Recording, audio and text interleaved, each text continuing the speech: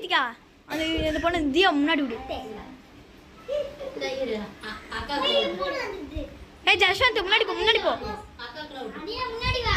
ஜஷ்வந்த் முன்னாடி போ. குழந்தைங்கள முன்னாடி விடுங்க ஃபர்ஸ்ட்.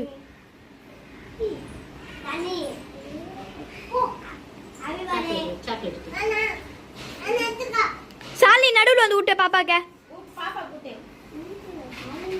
சாலினி